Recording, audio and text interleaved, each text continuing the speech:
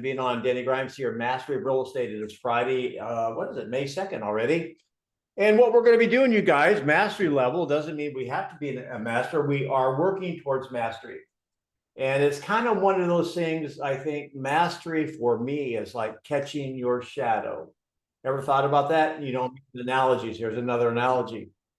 I don't think you can ever catch your shadow because your shadow moves as fast as you do, just a nanosecond faster, right?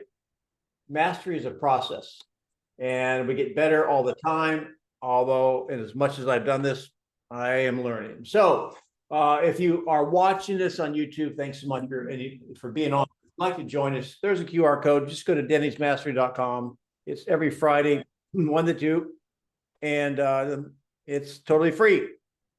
What we do here, if you want to know, and these guys understand it, is we ask questions. It's really cool. We also are really on that recon call each and every day, and every now and then, today was no exception, someone starts that's new. Now, most of the people on the call here today have been on several or many or a lot. And can you not tell the newer people right off the bat, because it's the typical way that we were taught, that I've done it for so many years.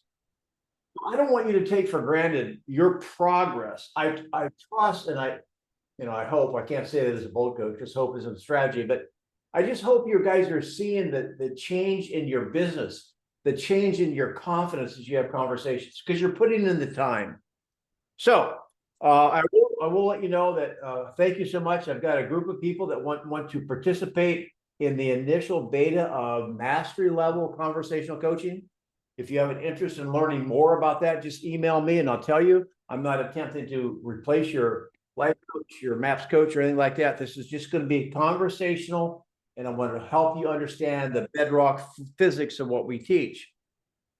Last thing, Maria, thanks so much. The twins have been so great, gracious with their time. A lot of the slides we use here, if you would like a copy of them, and sometimes there's some conversations in there too. This QR code does work. There was a snafu on it. However, Maria found out that there's over 200 some people that asked for it, and they filled out the form. The email was sent to them, but only half that number have actually opened the email, which means maybe they changed their mind, or most likely it went to a spam folder. So you can do it again if you want, but make sure you check your spam folder. Saying that right, Maria? Yes, just all mail folder or spam folder. If you use the same email address, it will only send it out once. Use another email address if you want to try again. Got it. Well, anyway, what's really cool, I haven't told you this, Louise. Louise is my co-host, and sometimes I have somebody else on here too. But Louise, I really benefit from this a lot. I get as much out of this as you do. So I had someone that had watched a recon, and one of their agents gave them an objection. And so she emailed me and said, how do we handle this? And so we had a quick little role play yesterday. However, she brought up a good topic, and I'd like to give you that today to start off. And then you could put in the chat what objection or what you would like to study. Again, this is mastery. So we're going to go deeper. We're going to have higher standards. So if we're going to do the limbo, we're not starting at 7 feet. We're going to bring it down a little bit. Okay. So we did one on recon. Who's ready to play this objection before I show it to you? I will be the seller and you will be the agent. Who wants to go for it? I'm going to go for it, Denny. Louise. Always the bridesmaid, never the bride. I'm going to be the bride today. All right. Well, you just want the bridal shower, I'm sure. So, yeah, all right. I'll make a good party. And remember, we do question-based listening enhanced conversations, and let's go.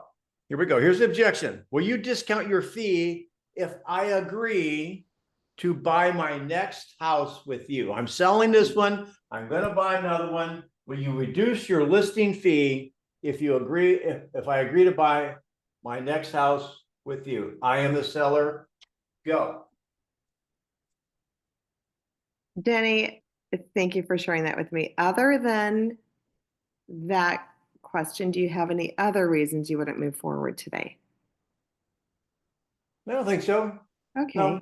And if we can agree on on a fee for this initial and the subsequent investment property, are you prepared to move forward and hire a team to go to work for you today? Yeah.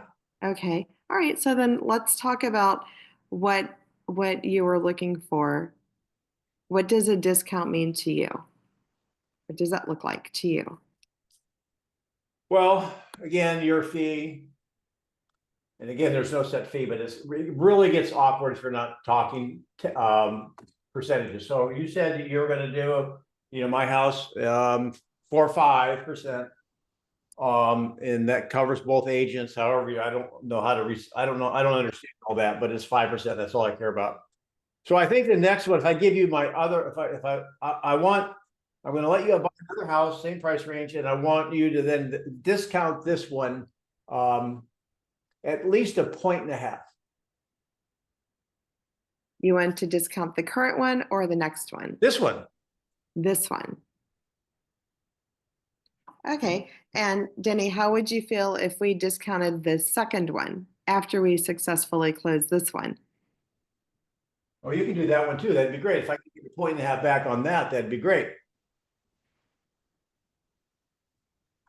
Okay. So Denny, I'm happy to share that we actually do have a menu of professional fees. And in the event we capture the buyer, we actually do reduce our fee by, and I would show you this menu, and it's actually like 1 point. So Denny, we have that option. And then to the next one, we can have that same conversation too. Well, That's if you sell it. I'm going to give you 2 listings at one time. I want you to get, I'm not sorry. I'm going to give you 2 transactions, sale and a buy. We're talking $800,000 each. Figure out the moolah.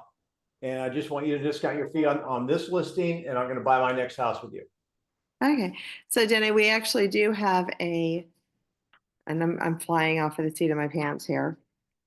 We actually do have a buyer, repeat buyer, a repeat buyer program or a buyer reward program. And the way it works is this. We go through this initial transaction, or we go through the current transaction, and then on the subsequent transaction, you get that buyer loyalty discount. That client loyalty discount. That was scenario 1. Thank you, Louise. Before I go into that's awesome. Notice she has a menu of service, and I knew that about her. I've never seen it, but good idea. Who wants to handle it? My point here was to wait a minute. Don't do it yet. We're going to do it again. Don't keep hold that card a minute. Who wants to go on number 2, the second agent on the same objection? I'll take the challenge. All right, Robert. Wonderful, right? Marvelous, but that's okay. Sorry. We're at the table. Okay, so love you, man. You're really good. I've got, here's what I'm looking at. I'm going to sell this house, as you know. I'm going to go over there to Wellington and buy another house. And if I agree to use you on that transaction, how much will you discount your fee on my listing? Well, let me ask you, Denny, is there any other objections that you have or any other concerns you have other than that fee that you're asking me about? No, I'm giving you 2 transactions. If you 3 8 times 8 8, well, that's a lot of money. So yeah, I'm looking for a break if I use you twice. Okay. And so let me ask you, what exactly are you hoping to have as a discount on this property? Now, if you're watching for the first time, both these guys are doing something that's really, really good. Number 1, they're isolating, and then they're basically quantifying. When people talk about discounts, anything with a number, make sure you get down to what that number is. I've never said this before. I'm going to tell you, I had a lady that objected to the commission on a listing. Have you heard that before? And here's what shocked me. What am I thinking? I'm thinking that, okay, whatever, that my commission was, she was objecting to the commission before I got to the commission. And you know why? She says, I'm not paying 10%. 10% was her frame of reference. The last transaction she thought she remembered, it was probably a piece of land. And she thought my fee was gonna be 10%. So whatever fee it was, 6 or 5, certainly sounded good. So you want to quantify. All right, so what I'm looking for here is that you said you're gonna be charging, I'll use 6 this time. And so what I want is, I want you to reduce it 1.5% here. And if you do, I'll agree to buy my next property with you. Okay. And so you're saying then that if we can agree on a commission structure that's satisfactory to you, that we can go ahead and get this contract signed and get moving forward. All right, so now he's verifying that we got the knuckle. Yes, yes, yes. Excellent. Well, let me ask you this as a quick question then, Denny. Which is more important to you? The amount of commission you're paying to me or the amount of money I put into your pocket? I'm gonna pause right now. Why are you asking me that? Well, I asked you that question because many times people feel as though they are going to pay this large commission and that it's affecting the bottom line dollar that they have in their mind that they're hoping to get out of their home. And the fact of the matter is, hiring an agent such as myself, my focus is on putting the most amount of money in your pocket. You know, I'm going to work to save you, make you more money on the actual sale. I'm going to make sure I work to save you money on your inspections. I'm going to work to save you money on your appraisal. Okay, you can ask it. I don't think it fits there. I'm hiring you to sell my house. I'm hiring you. You're going to get 30,000 here and 30,000 there. Let's say $60,000. I'm asking for a break. Are you saying that you're going to do, because if you give me a break on the fee, you're not going to work as hard to put more money in my pocket? So what would be another direction? Does anybody understand what I'm saying? Maybe I'm not making myself clear. Can I try? Sure, go ahead. Thanks, Robert. You bet. Same scenario, keep it going. Okay, so Denny, if I wasn't financially able to provide you that 1%, would you still work with me? Well, I would work with you on the sale of the house, but I'm not going to guarantee to buy my next house with you. Mm-hmm. And what would be the benefit of working with me, regardless whether I provide you that fee or I don't? Well, I think you're a good listing agent. Mm-hmm. And do you believe that I could get you more money than most agents would out there? I'm going to hire you to sell my house. So yes.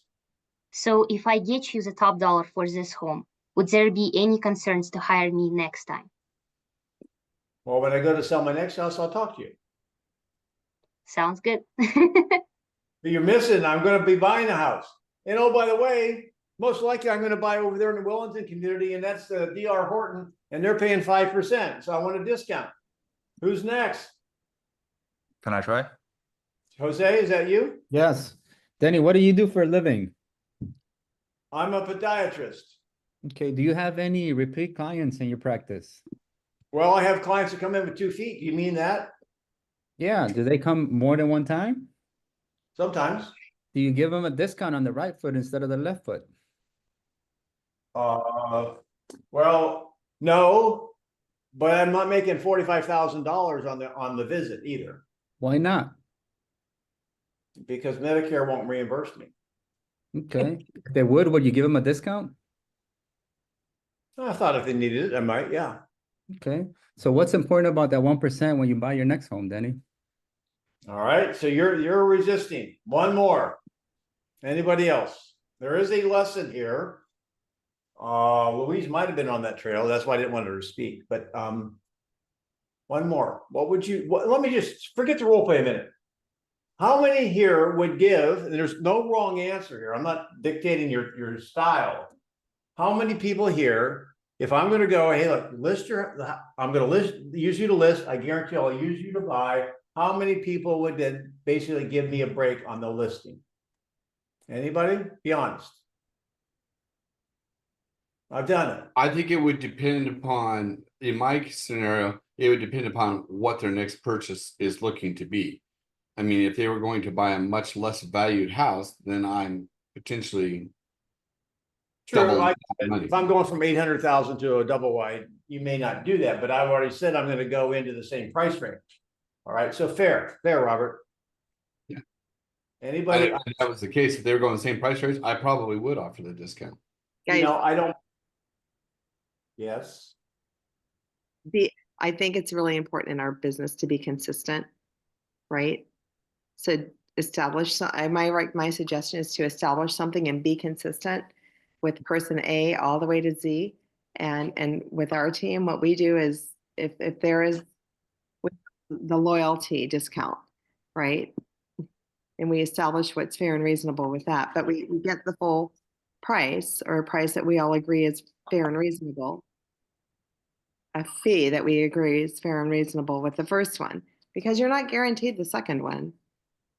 well, that's the point I want to get to. Now, listen, how many of you guys have some sort of program that if someone has multiple transactions, there could be some differences, some flexibility, et cetera, et cetera? In my past experience, I actually, what I do, because I like working with sellers more than I do with buyers. So I do give them, if they ask, I do give them some a little bit discount, just because at the end of the day, you want them to have a win-win situation, because they're looking for that win-win situation rather than, you know, if you're about facing no and give them a no, they're more likely, okay, am I benefiting you at all? Right? Why am I going to use you? So that's why. And it also depends, and I hate taking overpriced listing. So if it's overpriced, I'm just going to be like, nah, because it's not going to work out. I'm just wasting my time.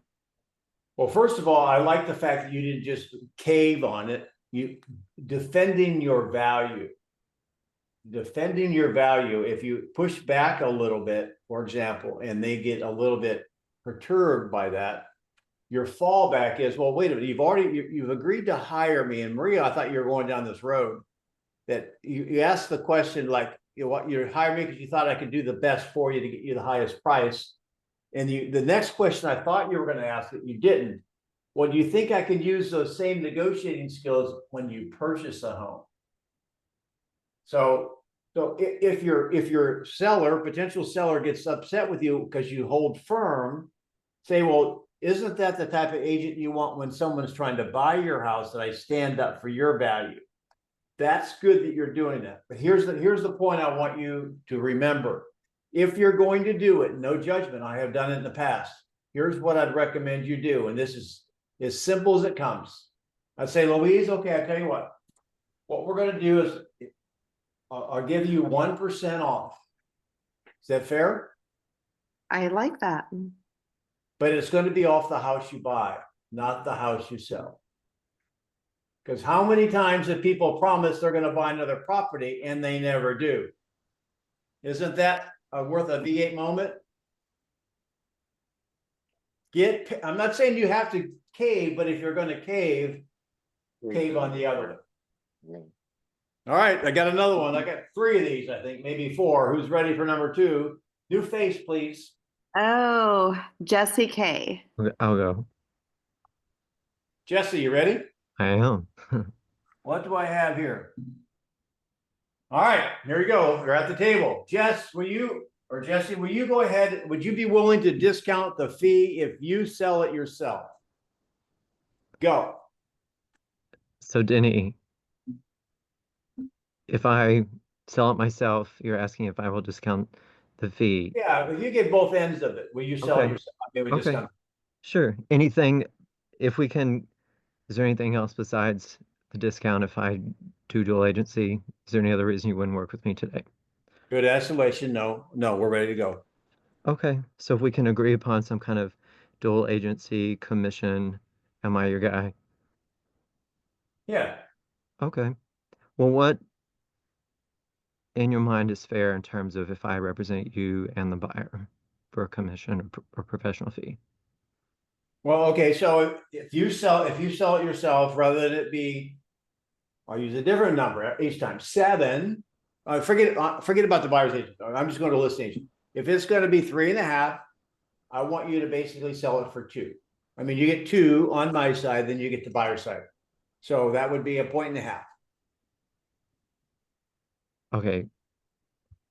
I want to make sure I understand the math. So, because normally it's 3% on 3.5. 3.5. Okay. So I So want you you to do it for 2. I'm asking for a 1.5 discount. Let me just make. okay. Gotcha. Okay. May I explain how commission works? No, I don't want to hear that stupid story.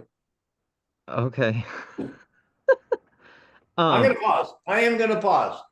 Now, if you're gonna go into that thing about, there's this big apple, and then I gotta give the piece to my broker, and then the piece to like Tiny Tim who lives down the lane.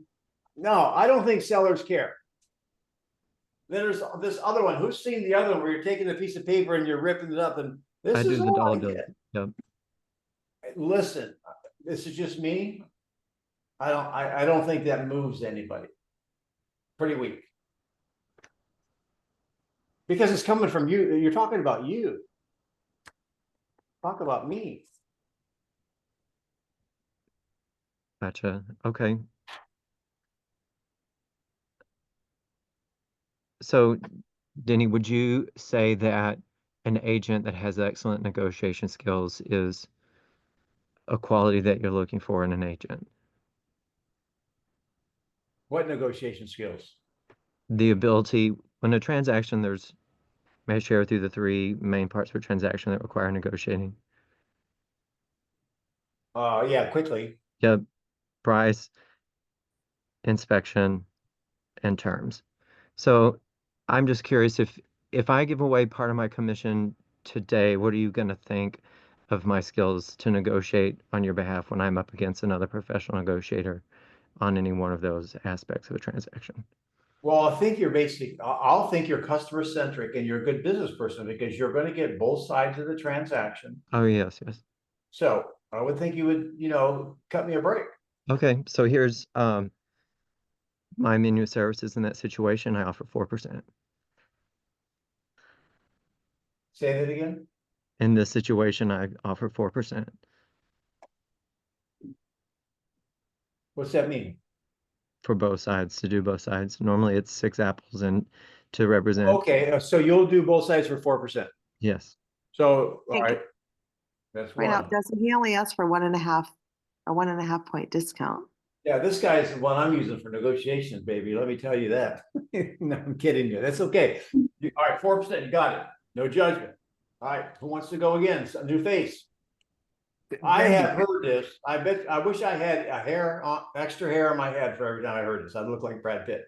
So, Fan, where are you, Fan? Fan? Yeah, Danny, can you explain me the scenario a little bit better? I'm just still a little confused, if you don't mind. Are you in role play or are you just confused? I'm not in role play. I'm confused on this scenario. Yeah, Fan, if you bring the buyer to the list, you're my listing agent. I'm in role play. So will you discount my total fee if you bring the buyer? Oh, I see. I see. So think about it. Who's new face? Who's next? What would you do? Come on, just be real. This is how we go. Can I'm I not ask in you a question? Wait a minute, Louise, no. You already played. I need a new Can I face. give it a try, Denny? That's a new face. David's a new face. David, where are you? Yeah, David, go. That I think that was me, Carlos. I said, Oh, can I sorry. give it Good, a go? Carlos. Yeah, Carlos, yes, go ahead. Yeah, Denny. Denny, I hear you. Denny, may I share with you a little bit different perspective here on that front for giving you a discount? Yeah. Denny, let me ask you this. If I were to do a great job and net you the most, do you think I should be rewarded for the job done great or be punished? Well, where's the punishment? If you get both ends, you're gonna get $60,000. Where's the punishment in that? I'd take that spanking every day. Let me ask you this, Denny. What do you do for a living as a job? I'm a landscape architect. Okay. And say like you're doing your job and the next day the boss gave you an assignment and then he also tells you the next job you're going to do, I'm going to cut piece of your paycheck, how motivated will you be to work for that boss? Well, I don't think he's cutting the paycheck. You're getting double, dude. You don't see it. I hear you again, Denny.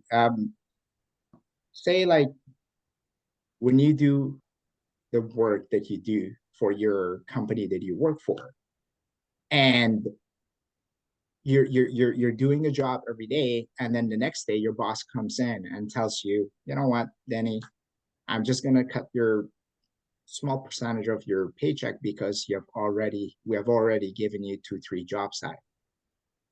How does that make you feel to do the next job? Well, it's all right. Can So I I'm, try an analogy? I've got to go. oh, stop. Wait, Louise, hang on. You guys, here's what I love about what you're doing. This is why I can tell this is a master class. How many times you guys hearing people coming up with the questions, what do you do for a living? A very strong technique. Using an analogy, using a situation, you're turning that around. And I'm playing difficult on you. Really, I'm playing difficult. And so knuckle bump to you on that, Carlos. I'm going to stop that. Louise is going to like go out of her skin. Unless I call it. What do you say? What do you say, Louise? Load. So here's an analogy that I think could be fine-tuned and work really pair very well with this. What I'm going to say is not the finished product, but we can massage it. Denny, can you think of a time you've gone to the dentist, or have you had any dental work? At my age, yeah, I'm lucky I have my teeth.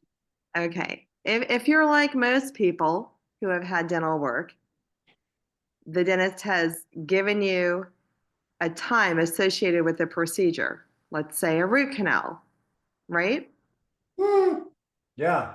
They're pretty pricey, right? The root canals, they're not inexpensive. If the dentist said it's going to take us 30 minutes to do this, and if they were finished in 10, would you expect to pay them less, or would you reward them would you be happy that they finished the job in less time? I like to save money so much that I would, if he would give me a buyer a root canal, get one free, I'd get the second one even though I didn't need it. So this is why it needs to be massaged. But the point is, the value is there. I feel like the key to this, and Denny, I feel like you have the wonderful answer, the best answer, but I feel like the key here is to make our value so blatantly apparent that the fee is not an issue. Well, again, you are doing, you guys are resisting. What would a lot of agents automatically do? They'd say yes. Discount. So let me give you some ammunition and a different way to look at it. And none of those texts, the ones you gave me would work because you're not saying, you betcha by golly, I will. On the other side of the coin, you can say no, and many times that works, right? So a couple different things. So I'm going to go to Carlos back to Carlos. I'm going to role play you. You're the seller really fast. And so all right. So you want how much do you want me to discount it, Carlos, if I sell it myself? Well, Danny, since you're charging me a total of 6% in both ends, 1% would be good. So if I bring a buyer and sell it, you'll give me a total of 5%. Oh yeah. Okay. Now, again, many of you may think, but you would do that. And you can. I'm just giving you a way to get that extra percent. Before I go into the role play, will anyone be willing to share with me if you've ever listed and sold the same property? Now, we call it a double dip here in Florida. What do you call it? A disaster. Danny, we What got an else? intermediary in Texas. Do you really? Yeah. That's I so mean, horrible. and the reason we call it intermediary is like, if you were to do that, you gotta be mutual. You can't represent the best benefit to either one of the parties. So that's the comment that I have, but it's still interesting to listen in. What do you guys? So you know what they call it in Alaska? They call it a hogger. So anyway, so if you've not done one, it's kind of nice. But here's what I want you to get your head around. Number one, there is no advantage. In fact, there is not the advantage you think about selling your own listing. So if you think if you're making double commission, you're not looking at it right. I want you to look at it this way.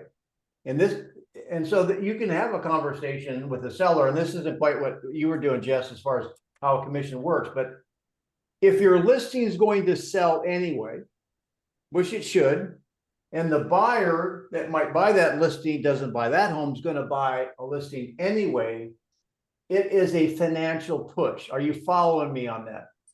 It's just coming in 2 transactions instead of 1. The only advantage I can think of, and it's not a minimal advantage, is that if you're handling both sides of it and it's your listing, you're dealing with, at worst, 1 knucklehead instead of 2. Because you don't have someone else working against you. But it does come at a cost. And how many people have dealt with multiple offers and you happen to have one of the buyers, it becomes a very sticky wicket. So here's a couple ways you can, with that mindset, I'm going to role play with you, Carlos, really fast. Okay, so, Yeah. All right, Carlos, so I understand why you're asking, but let me ask you this question. So you're willing to pay every other broker out there the full 3%, but you want to penalize me to sell your home. Is that what you're saying? Well, yeah, Danny. How does that help you? Well, it's just gonna help me with my next transaction because we need to get a home and, you know, we need a little bit of saving. Times are tough. Here's another question I ask 100% of the time. Where did you come up with that idea?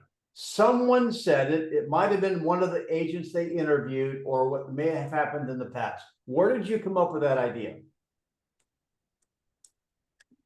Well, we're talking to our cousins and the agent that their home gave them a break. Okay. Then if someone would come into your house tomorrow, a reputable realtor, I'm not talking about somebody, a bumpkin or something like that, and say, I'll tell you what, if you list with me and I sell it, I will give you 2 points off. How would you feel about that? Oh, good. Yeah, that would be a lot more. Wow, I got stiff competition. Okay. What if somebody came in the next day and said they wouldn't charge you a buyer's fee at all? They would just take the 3% listing fee. Oh, wow. Even better? Now, you guys know where I'm taking him. I'm taking him to a blind alley. So they're saying they'd work for free. Huh. Oh, yeah. What if the agent said, not only will they not charge you a buyer's fee, but they won't even take, if they sell it, they'll take 1% off the listing side. So now you're paying 2 instead of 6. Never thought of it that way. What I'm doing, and it doesn't have to be this drawn out. Let me tell you, here's the power in this. Tell you what. Danny, your video is off. You're Thank you. frozen, Denny. Okay, get it. Hang on. It must mean I'm boring you guys. My camera froze. All right, so here's the bottom line. So if someone says, so you're saying if I said, look, I won't charge you anything if I bring a buyer, would that make you happy? Oh, yeah, I'll be saving a lot of money. All right.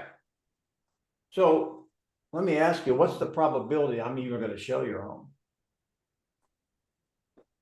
Well, you said you're gonna sell it, so you're gonna work for us, no? Oh yeah, but if I had a buyer, I mean, let's use the other agent. The other agent said they would basically give you 2 points off. The point is, if they have a buyer that's willing to give them 3% and you're willing to give them 1%, what's the probability they're going to bring their buyer to you? So what they're doing is lying to you to get the listing. Is that the type of person you want to work with? Oh, no, no way. So you see what I said? I took it to a ridiculous point, and the bottom line is that's true. If someone's going to give them probably a super duper discount, and they had a buyer, a legitimate buyer that could buy the neighbor and get paid more, can you see maybe where the agent might be leaning towards the other one instead of their own listing? What do you think of that? What do you think of that angle, guys? So It do we, are reminds we me- allowed to ask you, are we allowed to ask you as the coach, Yeah, do you offer a discount? If you were in that scenario, do you offer a discount for that? Because I do offer a discount. Most of the time, I put it out there because the likelihood that I'm going to bring the buyer is typically fairly unlikely anyway. But you know, but I guess I'm asking you, you know, should we not be offering that? Would you recommend that we not ever offer that? Should we be going for the full commission? listen, this is your business. You run it the way you want, and I'm not going to be judgmental in that. Do I do it? Have I done it? Yes. Do I do it very often? Absolutely not. It's a little easier as a team because the listing agent will say, okay, well, if I bring a buyer, but they're not going to bring a buyer because they don't work with buyers. But if you want to do that, you can. I just want you to see the opportunity of learn a skill. If it happens 5 times a year and you give us five points, you could be putting it in your family's table instead of their table. But you figure it out yourself and figure out what's best for you. But I very rarely do that.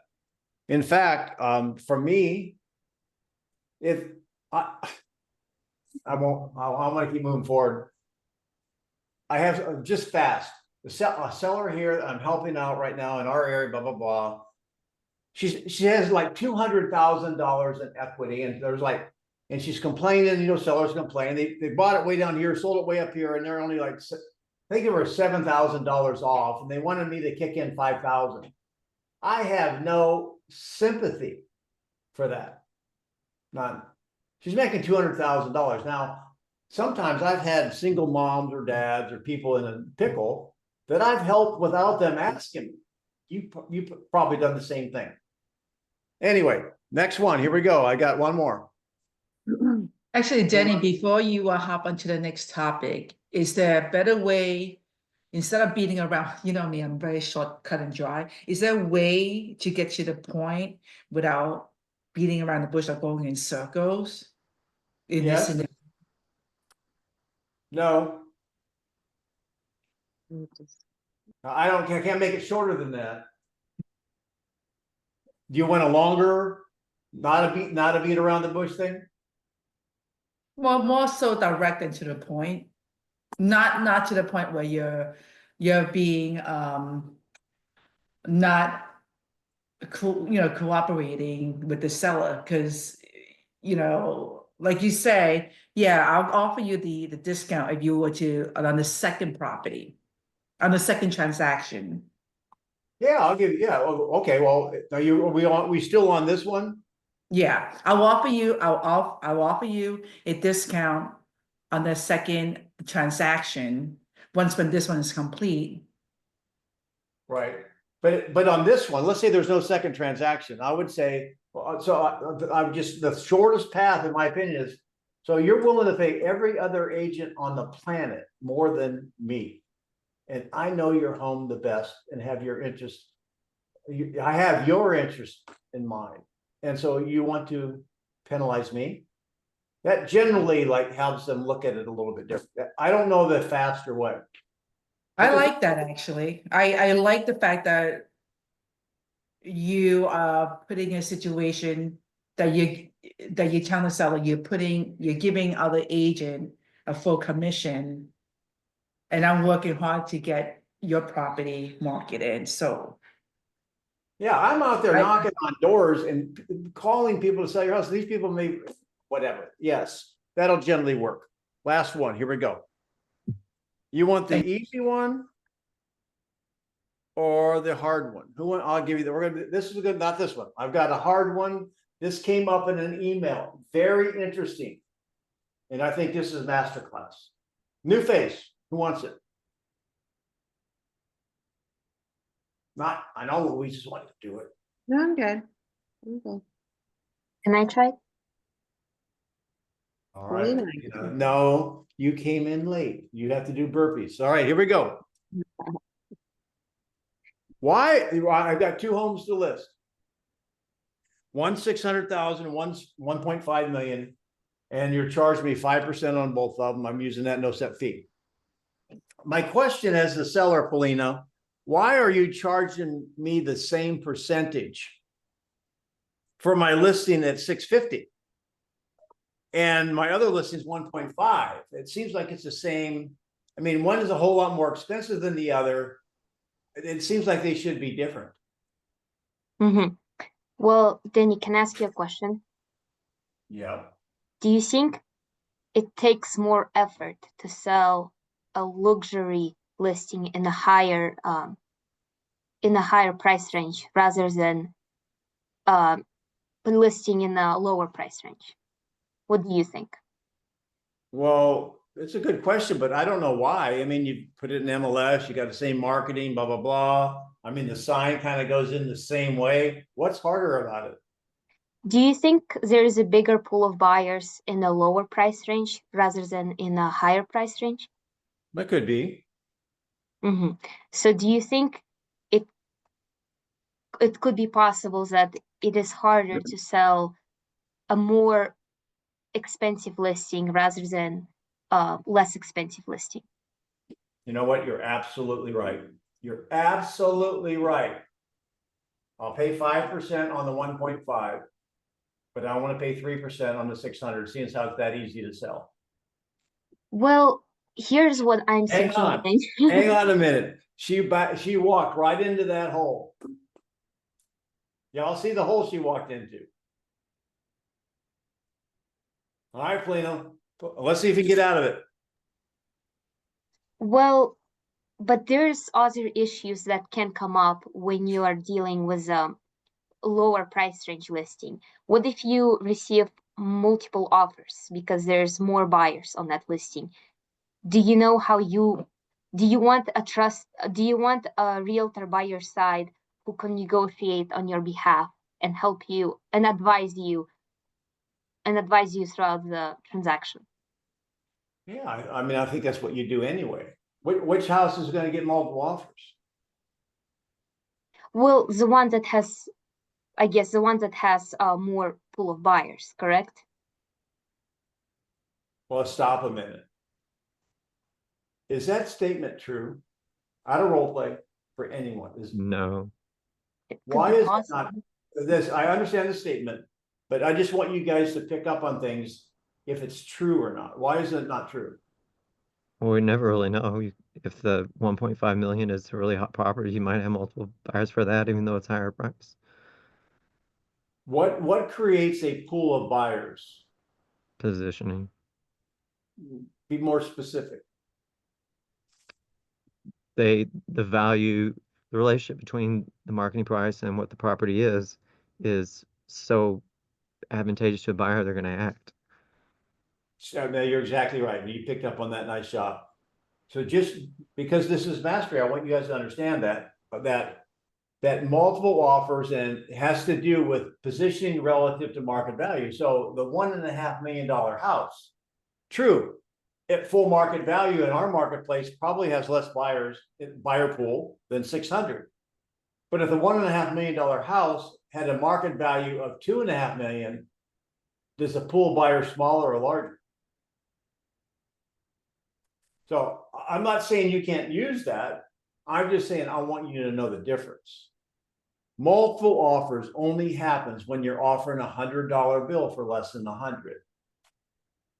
And I will argue on stage in front of Gary Keller and everybody that if you're getting multiple offers, it's the only way that can happen is that you've got a price below what the market will bear. Any discussion on that? No, we'll go because I'll go back and replay.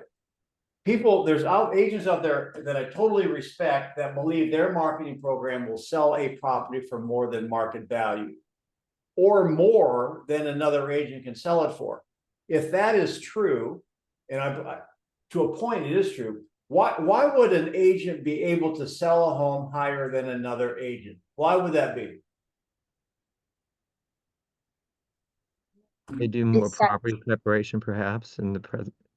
In negotiation skills. There you go. That's it. Say it out loud. Negotiation skills. Yes, there can be some in strategic positioning and understanding the market, which is part of our differential advantage. However, negotiation skills is probably what separates most people. So anyway, going back to the role play, well, you get multiple offers on a 600, Polina, then that means that wouldn't be easier to sell. I mean, I know you're killing more trees, but seems like it'd be well, an agent's dream. I'm stuck. You're stuck. Somebody pull her out of the mud. New face.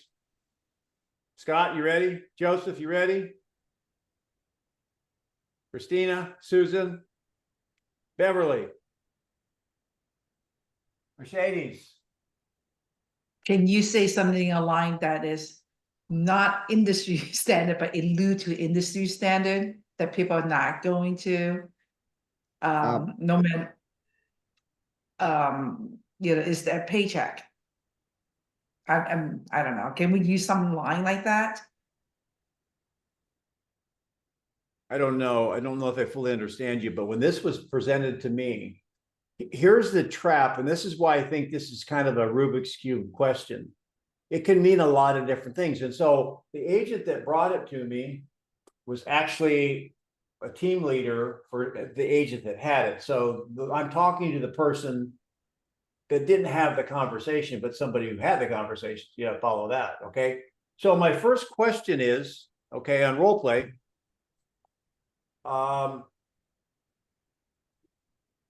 in this particular case, I asked the question, so what does the seller think? Remember, we're talking about commission. That's a number. You've got to find out what the difference is.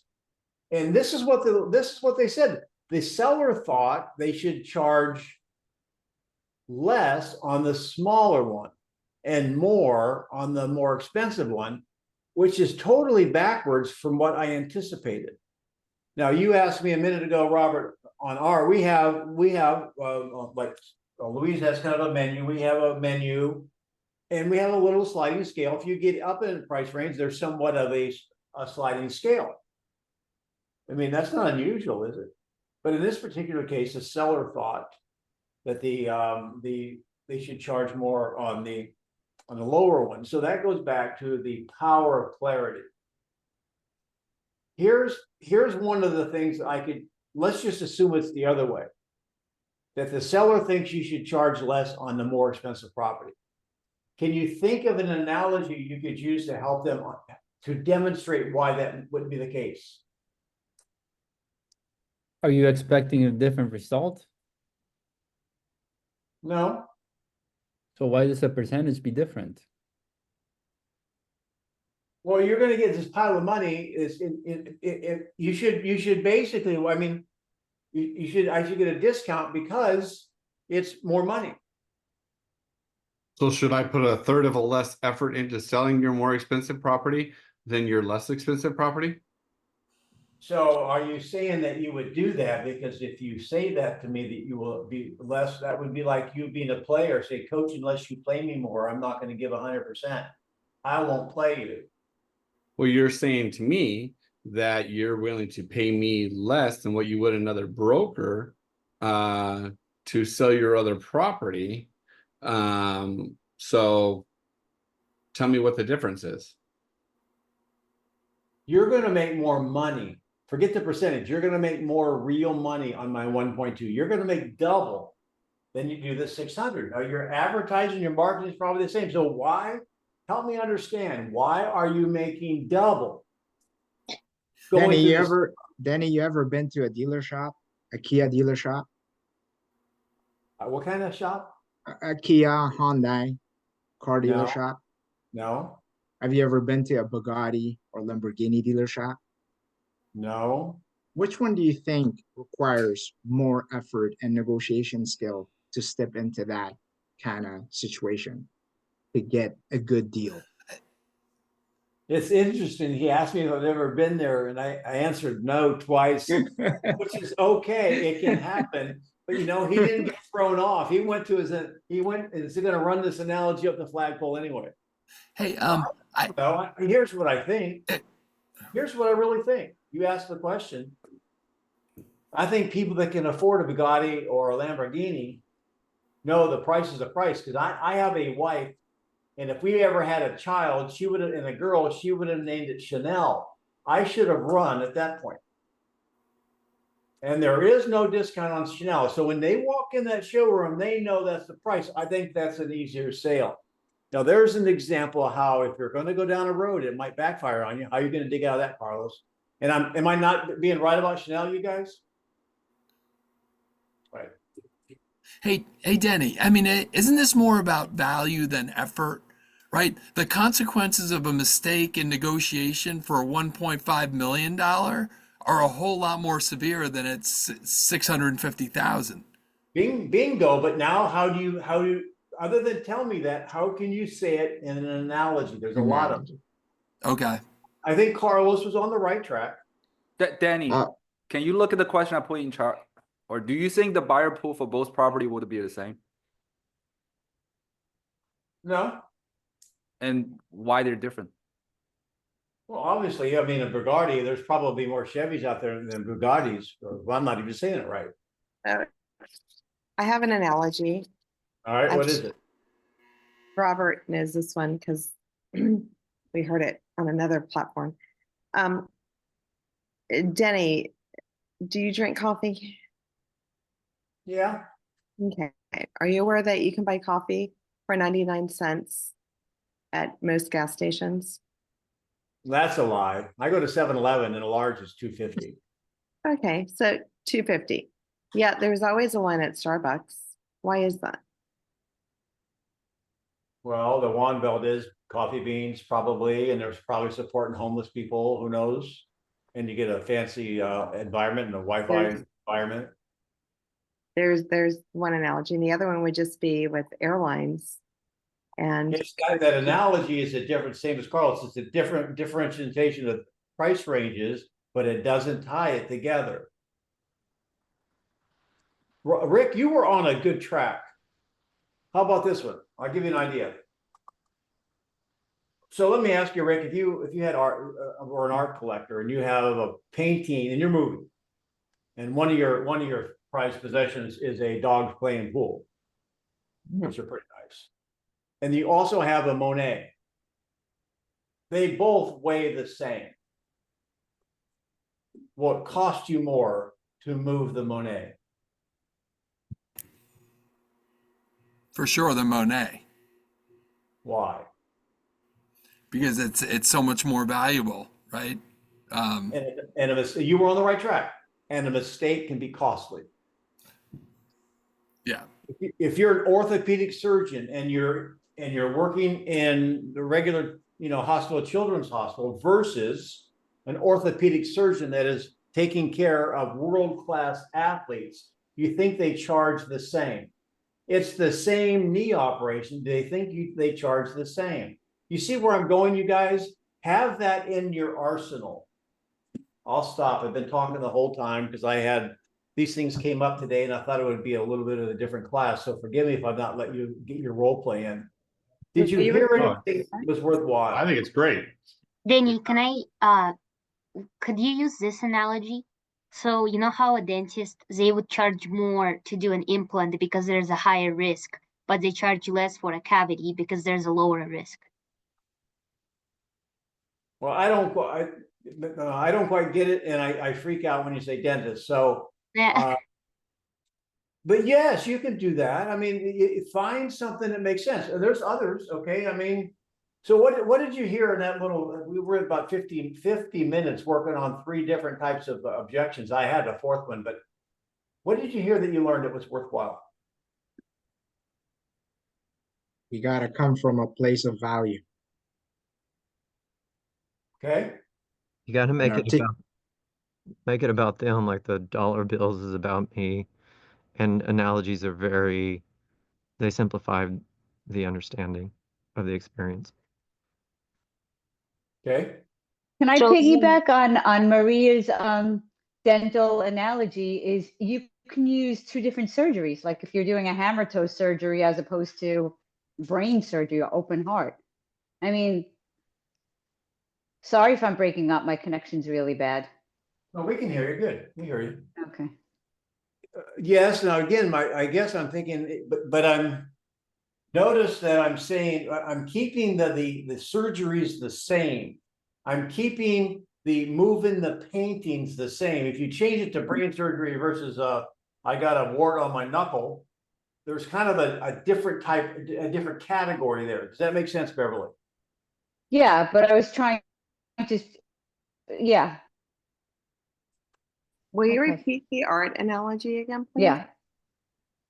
All right. I think the art one is good because, all right, so Beverly, so let's say you're an art collector and you have a painting. In fact, one of the paintings is your paint by number of Bambi. You love it because you did it in third grade, and then you have a Monet. If you're shipping both of them to your new house, do you think it would cost the same? No, because a mistake would be much more costly on the Monet, and that's what maybe I was on the wrong path because I was thinking the same thing with the brain surgery. Like a small intricate mistake could be very costly, whether it's on the person's life or whatever it is, Okay, I can buy that. opposed to, a hammer toe. But what makes what makes your analogy work is that it's the same ending. A mistake would be more costly. But they could cost the Mhm. same to ship. What would be different is the insured value you apply to them. Yeah, there's a difference. Okay, so let me ask you, what is the difference in cost to you guys of marketing a luxury listing, $1 million, $2 million, $4 million, and the $699,000 house? What is the difference in cost of marketing? Not much. There is an honest boy right there. Almost zero unless you get color flyers or you want to take out a glossy ad. Now, if you want to take out a glossy ad, that's called marketing. Why would you do that? Why? And there's nothing wrong. Why would you do it? You'd be marketing yourself by doing that, really. But why? Why would you do it? Target You're audience. Come on, I want to hear a more succinct answer. More To demonstrate you're a high-end agent. that would be one. Okay, so you could brand yourself as a high-end agent, right? But who are you branding yourself to? High net worth individuals. Yes, and remind me to come back, because I'm going to bring one more thing up about the expensive painting, expensive listing. Well, you're also Yep. justifying your fee to your seller that you're doing everything possible. Okay, all right, so you're basically, throwing up some window dressing to make them feel better. But why do we do it? There's a benefit in it. What is the benefit? Prospect other luxury. Yeah, what you do, if you're going to advertise in glossy, and you can put that in your listing presentation, here's what we're going to market into Southern Homes, and we're going to advertise into, I forget the luxury magazines, but Unique Homes. You are advertising, marketing, branding to other sellers. You hear me on that? When a seller says, hey, look, I want to be in this magazine, yet they're moving to Hilton Head, they're not, they're shopping online. So if you want to get them off that, say, okay, well, you're moving, are you looking for homes in Hilton Head? Yeah. Well, where are you looking for homes? Online. Okay, so you're not looking at the glossies. Well, every now and then I walk by this store and look at them, but I generally spend my time online. So my question is, agents advertise in glossies for sellers. So Mr. and Mrs. Seller, do you want me to advertise for sellers or buyers for you? So I understand when the price goes up and there's more things you have to do. Here's the one more thing. From a value standpoint, other than the Monet and the dogs playing pool. So when you deal with the higher end properties, are you dealing with a more sophisticated type of buyer? Yes. Yes. Are they used to basically getting their own way? They're not bumpkins. They've got there for a reason. And the bottom line is, does it take a higher degree of skill to work with that type of buyer? 100%. Yeah, it does. And here's the other thing, a luxury buyer in Florida particularly, they're not moving here for employment so much. It's kind of secondary or discretionary. People with money can buy anywhere. there's a higher degree of skill involved in selling a luxury property because you've got a buyer, hear me, that does not have to buy. Now, does that not sink in? Mhm. And the other people, and I'll shut up, I keep saying that, so you guys can talk. I know there seems to be a mental block, I see this in the bold room a lot. And some people, you know, market themselves as a luxury agent and non-luxury agent. Listen, we list property owners, not the property. And so if you're an orthopedic surgeon, the knee is built the same way on a rich dude as it is on a non-rich dude. So it is a mental block that we have to be different to be a luxury agent. The only thing the skill we have to basically develop is, number one, you have the ability to be a great luxury agent. The stumbling block is that you somehow feel inferior to who you're talking to. So talk to me. What do you, I mean, I've got time if you want to be on. I'll go another 10 minutes or so if you want something you want to talk about or add on to this or something different. Did you like the flow of the class? I'm thinking of the ideal, with every listing, I think who is the ideal buyer? And the way we market different listings differently is based on where we see the ideal buyer coming from. So I would ask Mr. Seller, do you feel like the ideal buyer for both properties is going to come from the same place or be the same, or are they going to be different? Well, okay. That's a great question, but just between us chickens, how do you market differently?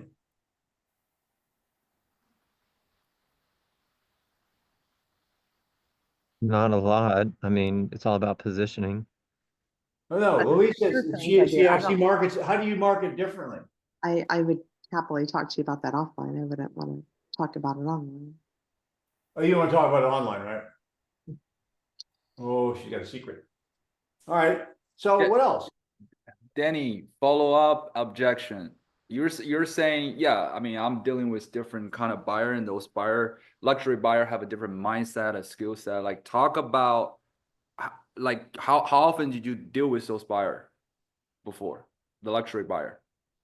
Define luxury. So that's part of your expertise. Well, define what luxury is. I don't see. Oh, yeah. 1.5 million, 1.5 million buyer. Well, the average sales price in Collier County, Naples, is just under $1 million. So we deal with it all the time. Gotcha. Like, what if, as agent, I don't have that type of experience? How would I? So you're operating on, pediatric.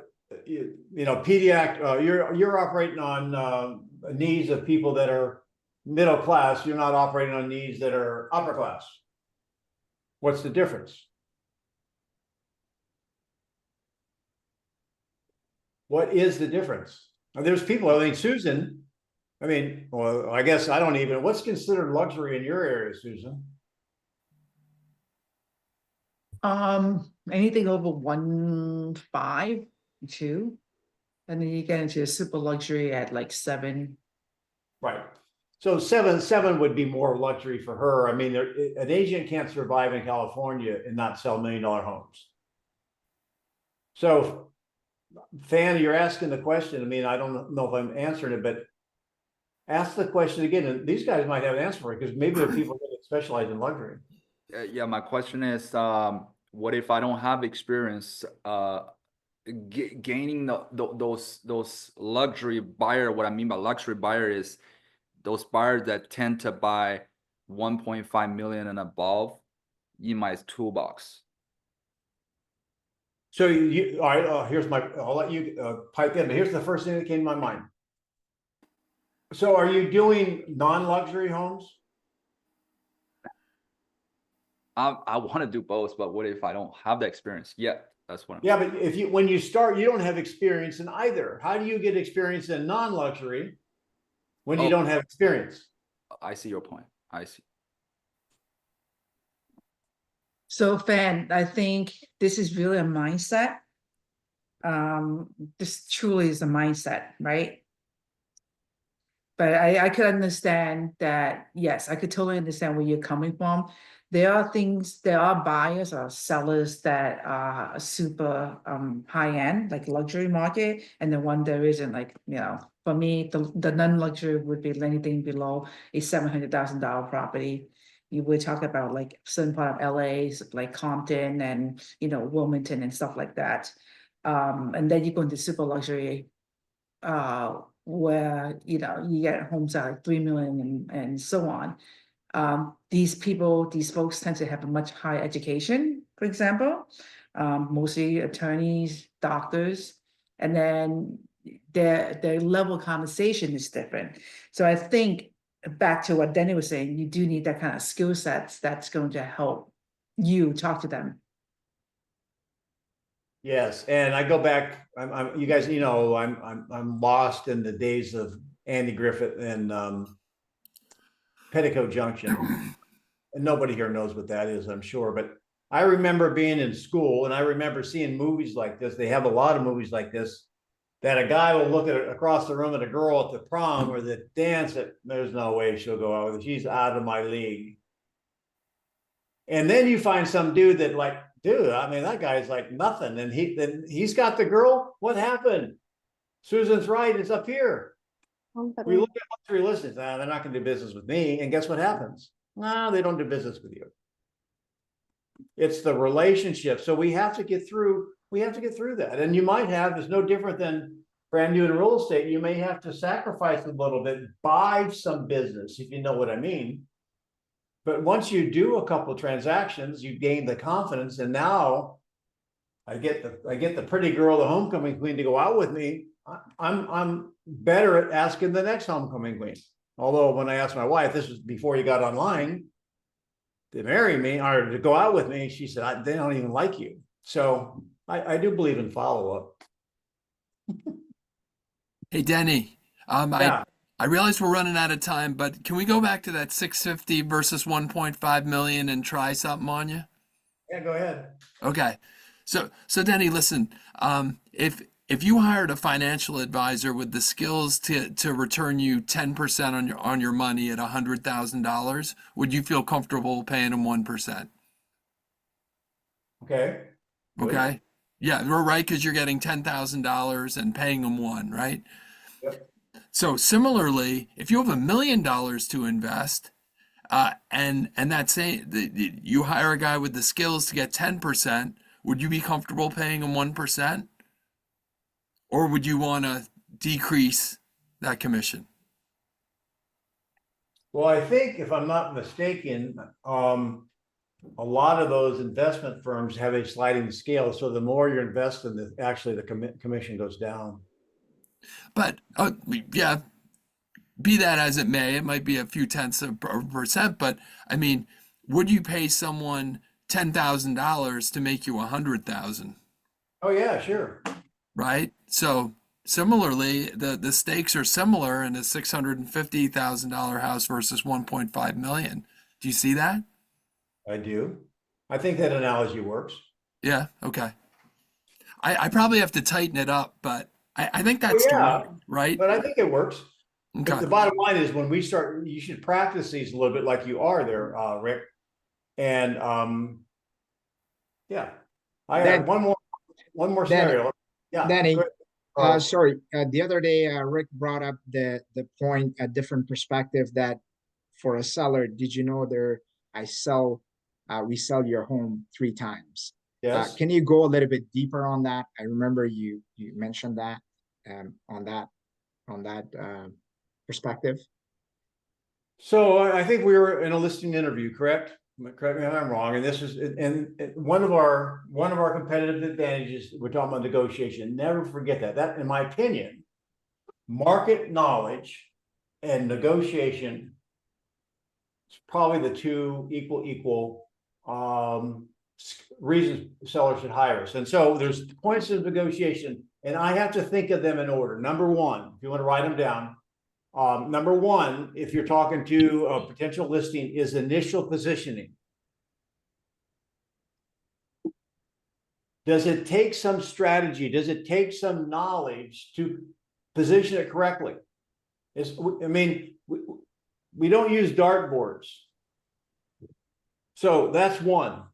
Now, if you're talking to an unassisted seller, that's already on the market, the next point of negotiation and knowledge of what we offer is going to be repositioning. But okay, so number one is the initial positioning. Number two is the negotiation of the offer when it comes in. Number three is going to be negotiating what's next. If you just think of the transaction, the next thing that comes in probably before appraisal would be inspection, correct? Number four is the appraisal, because the first thing they're going to do is come back and try to renegotiate. So there's four.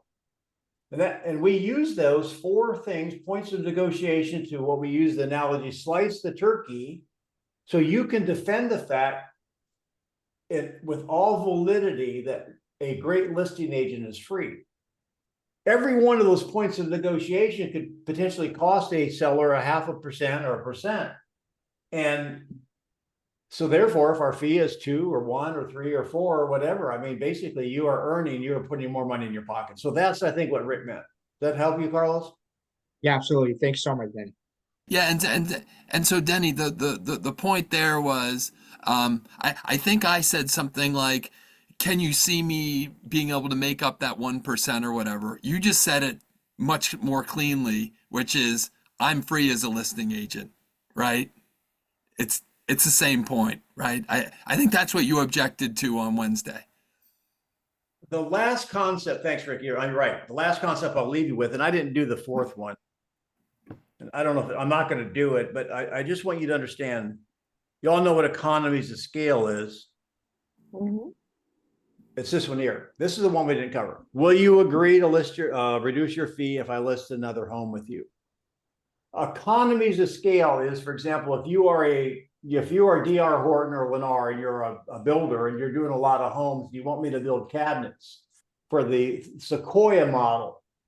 So what I would do is I would set up jigs and I would set up the templates and I'd be banging out Sequoia model cabinets. And you know what? The more I made, it was cheaper per cabinet. You understand that? That's mass production.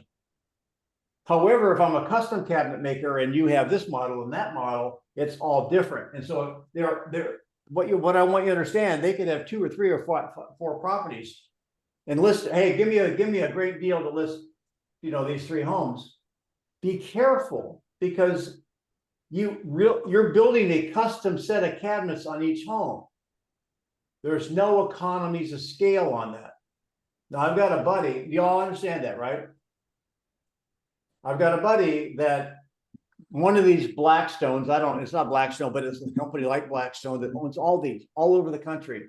And I have been able, and if I have the opportunity, if I know that they're going in your area, I'll refer you, but they went into Tampa. So I referred it to somebody I know in Tampa, an agent.